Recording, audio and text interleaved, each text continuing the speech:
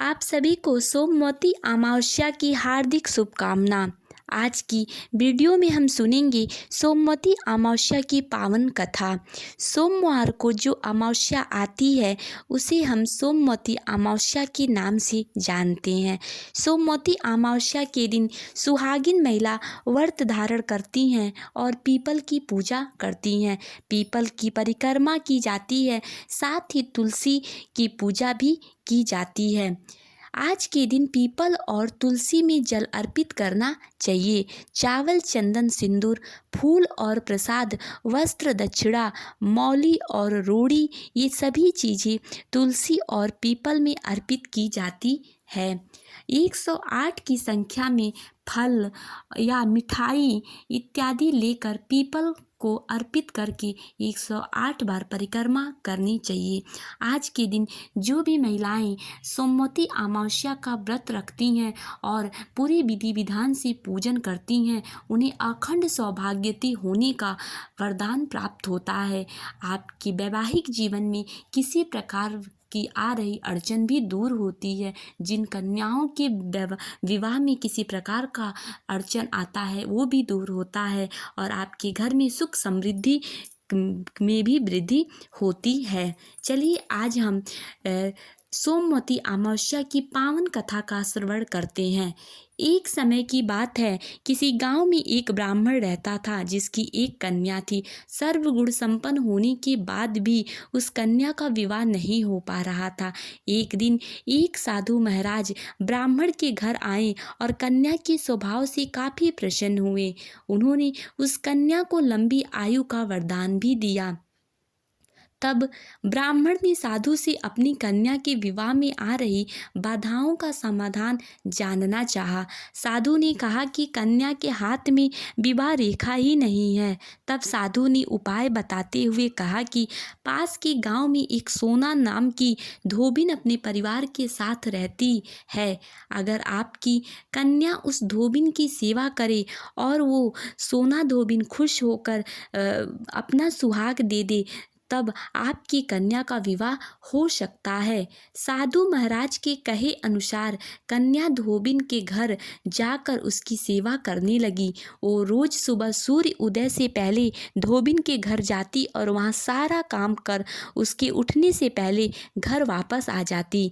घर का सारा काम देख धोबिन को बड़ी खुशी मिलती, क्योंकि उसे लगता था कि ये सारा काम उसकी बहू कर रही है।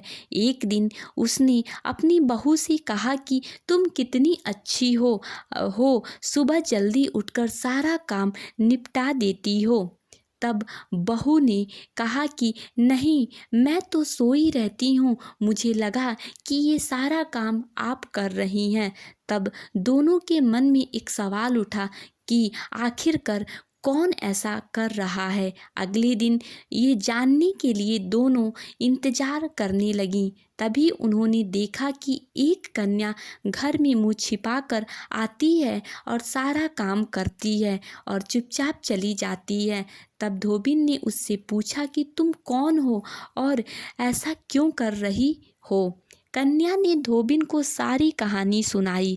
इस पर सोना धोबिन कन्या की मदद करने के लिए तैयार हो गई। अगला दिन सोमवती अमावस्या का दिन था और सोना को इस बात की जानकारी थी कि अगर उसने कन्या को अपना सुहाग दिया तो उसके पति की मृत्यु हो जाएगी। लेकिन फिर भी सोना धोबिन ने व्रत भी रखा और कन्या के घर जाकर उसकी मांग में अपना सिंदूर लगा दिया।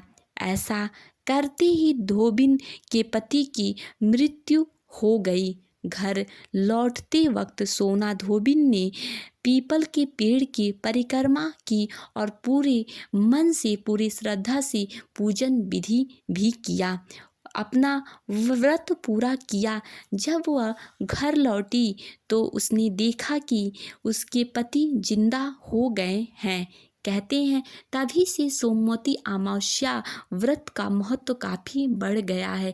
जो महिलाएं सोमवती अमावस्या का व्रत धारण करती हैं या जो महिलाएं सोमवती अमावस्या की पावन कथा का श्रवण करती हैं उनको अखंड सौभाग्यवती होने का वरदान प्राप्त होता है। इसलिए आज के दिन सोमवती अमावस्या का व्रत का महत्व काफ़ी है। हिंदू धर्म में इस व्रत का विशेष रूप से महत्व है और आज के दिन व्रत और सच्चे मन श्रद्धा से पूजा अर्चना करने से आपके सभी कष्ट दूर होते हैं, आपके घर में सुख समृद्धि होती है, आपकी सुहाग की आयु लंबी होती है और जिन कन्याओं की विवाहिक जीवन में किसी प्रकार की अड़चन आ रही है वो भी दूर होता है, या किसी कन्या के विवाह में किसी प्रकार की अड़चन आती है तो वो भी दूर होता है। इसलिए सभी सुहागिन महिलाओं को आज के दिन व्रत जरूर धारण करना चाहिए और सच्चे मन श्रद्धा से 108 बार पीपल के वृक्ष और तुलसी का परिक्रमा जरूर करना चाहिए। इतना मात्र करने से आपके सभी कष्ट दूर होते हैं और आपके घर में सुख समृद्धि आती है। जय भोलेनाथ।